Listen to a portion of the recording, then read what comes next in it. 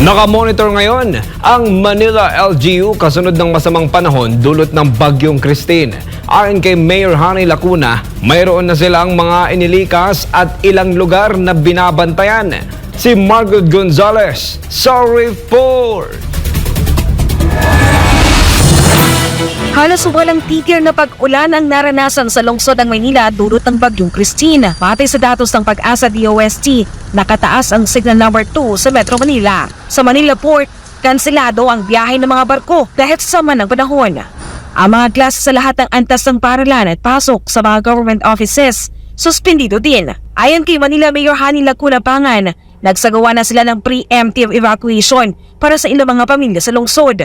May mga binabantayan din silang mga lugar. Bagamat medyo malakas ang ulan natin, kagabi wala naman ho kami masyadong naitalang mga nabahang lugar. Maliban po sa may Old Santa Mesa sa Damka dahil po nag-high tide, nag-ano yung San Juan River at dyan po sa may Abad Santos. Pero nung atin pong paglilibot ngayong umaga ay malinis naman po at wala ho tayo na datnan na pagbabaha. Iisa lang naman po ang puno na bumagsak sa Maygat Andres Bonifacio at ang naililikas pa lang naman po namin, preemptive evacuation ay 6 na pamilya pa lang naman po na siguro po kung ngayon naman medyo payapa po ang ating panahon ay makakabalik na rin po sa kanilang mga tahanan.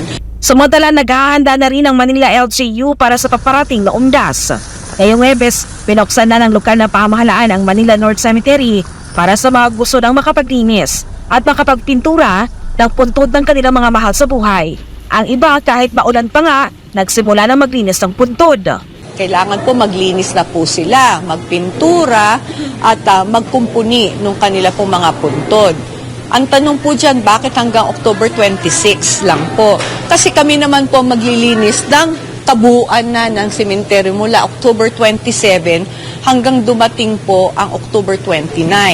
Ayon kay Mayor Lacuna, magkakaroon ng full deployment ng kapulisan sa mga sementeryo pagsapit na October 30 hanggang November 3. Bawal sa loob ng sementeryo mga patanim, pampasabog at kontrabando. Bawal ang mga alagang hayop.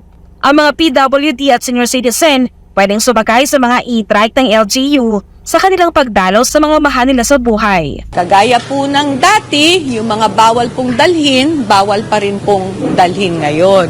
Maari na po tayong tumanggap ng mga kabataan, mga bata po, pero kailangan po nilang magdaan sa Manila Department of Social Welfare na meron naman pong help desk doon para malagyan po sila ng tag.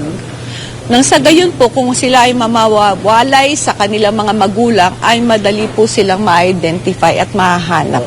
Samantala, magandang balita naman, pirmado na ngayong Huwebes ni Manila City Mayor Hani Lacuna ang bagong ordinansa para sa karagdagang monthly allowance ng mga lolo at lola sa lungsod. Sa bagong ordinansa, 1,000 piso na ang matatanggap na buwan ng allowance ng mga senior citizen. Magiging epektibo ang ordinansa sa susunod na taon. Magsisimula po ito sa susunod na taon, 2025, mula po Enero. Pero ang kanila pong pagtanggap ay kada 3 buwan, kaya ang una po nilang pagtanggap ng halagang 3,000 para sa 3 buwan ay sa Marso na po. Wala ho tayong pinipili.